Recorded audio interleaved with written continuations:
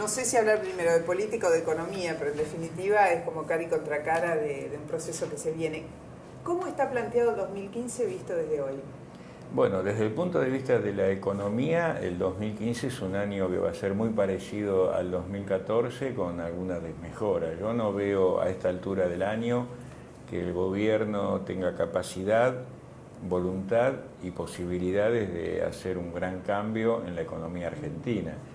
Seguimos teniendo un fuerte déficit fiscal, esto que quiere decir que el Estado gasta más de lo que recauda, a pesar de la fuerte presión que hay en los impuestos. Tenemos recaudación récord en la Argentina, nunca se recaudó tanto como ahora, y esto la gente lo sabe porque siente la presión fiscal.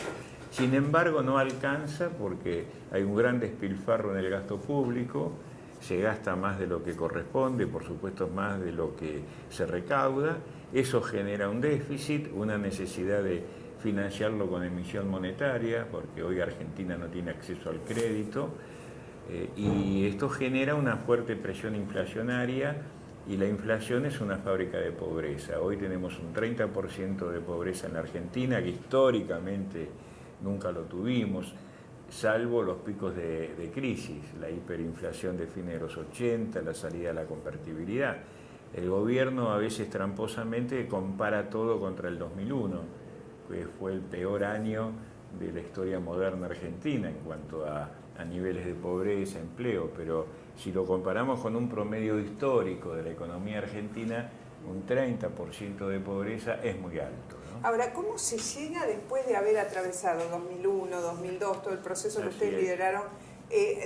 Se llega al superávit gemelo, a una economía con un dólar competitivo. ¿Cómo, con Kirchner, con el primer gobierno del kirchnerismo, cómo se llega ahora a esta situación? Yo creo ¿Cuánto hay de externo y cuánto de interno en esto? No, hay todo interno. No, de externo no hay nada. Al contrario, de externo jugó todo a favor. Si no, comparémonos con los otros países latinoamericanos. Todos están con bajos niveles de inflación, menos Venezuela, que es otro problema, ¿no? Pero el resto de América Latina, ¿Son de todas México, decisiones equivocadas del ámbito económico? Sí, fundamentalmente yo creo que hay que partir esta década kirchnerista en dos partes. Hubo una primera que fue la inercia de lo que ellos recibieron en 2003, después del ajuste del 2002, a tal punto que mantuvieron a mitad del gabinete de Duhalde, entre ellos el ministro de Economía Lavagna, hasta el 2006-2007, que estuvo Miguel Peirano de ministro de Economía. Y a partir del 2008, a partir de la crisis con el campo y después con la muerte de Néstor Kirchner en el 2010 y el triunfo de Cristina contundente del 2011, en vez de darle ese triunfo, una racionalidad al gobierno, todos creíamos que venía la sintonía fina, que iban a hacer cosas mejores de las que se venían haciendo y no. Ahora, se hizo todo al revés. En noviembre de 2011 empieza el cepo, claro. Cristina denuncia que se están sacando la plata. Sí. La pregunta sería, ¿por qué ocurre esto? Y ocurre porque las malas políticas macroeconómicas hicieron que de la Argentina fugaran capitales, cuando el resto de América Latina estaba recibiendo capitales. ¿Y eso por qué fue? Bueno, porque empezamos a tener déficit fiscal, ya no teníamos el equilibrio que empezó en el 2002 y Néstor Kirchner lo mantuvo, el superávit comercial empezó a caer, el dólar dejó de ser competitivo, se atrasó el tipo de cambio, la política monetaria empezó a ser de fuerte expansión y ahí empezaron los problemas. Cuando todas estas cosas pasan, el relato oficial dice que hay un golpe en camino, un golpe, obviamente hablamos de las finanzas, bueno, siempre cuando hay un fracaso... ¿Hay grupos económicos en condiciones de hacer un golpe económico no, o con vocación de hacerlo? Eso pasó en ningún país del mundo, eso ocurre. Hoy la globalización impide este tipo de maniobras. El Estado, lo que tenemos que tener es un Estado eficiente, que maneje bien el gasto público y que impida este tipo de maniobras. Mi pregunta es, estos grupos que hablamos, como dice el gobierno, grupos concentrados, también existen en Estados Unidos, en México, en Brasil, en Paraguay, en Perú, en Colombia.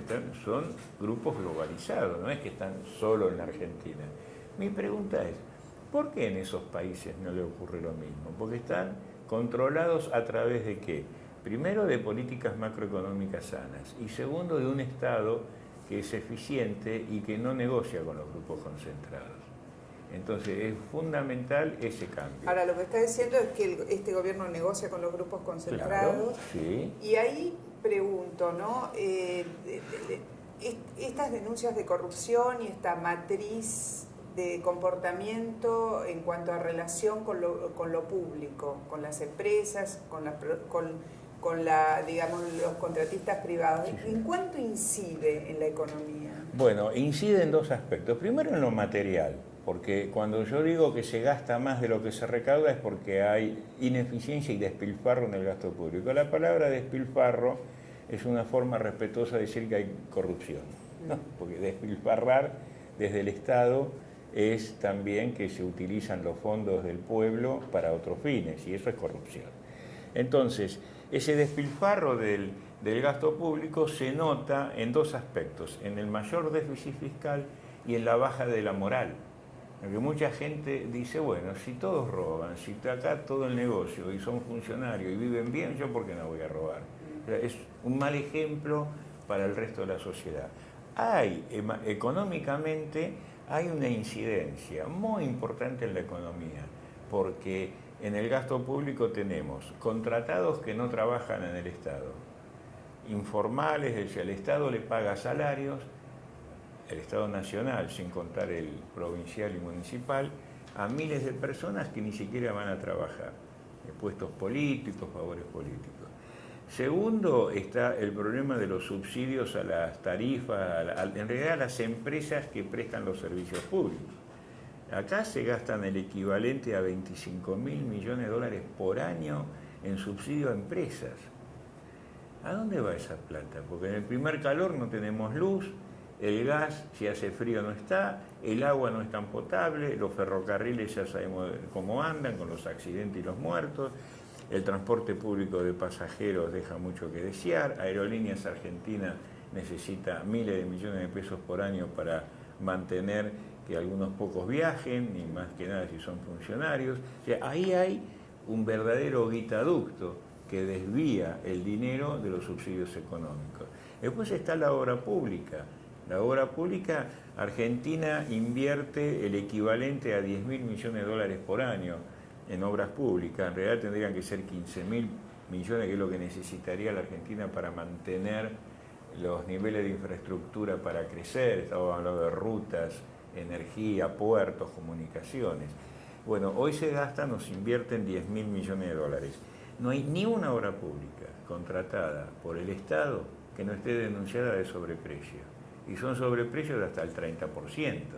Entonces, esos son los números que con un manejo transparente de la cosa pública podemos mejorar la vida de los argentinos. El tema de la corrupción y de las denuncias de corrupción, ¿va a pesar a la hora de la elección del voto o pesan más otras cuestiones, como está la inflación, claro, el salario? A ver, pues yo por lo que veo en las encuestas, todavía sigue liderando la preocupación de la gente la inseguridad. El 80%, cuando uno le pregunta a la gente cuál es su principal problema, la inseguridad con el 80%, ¿no?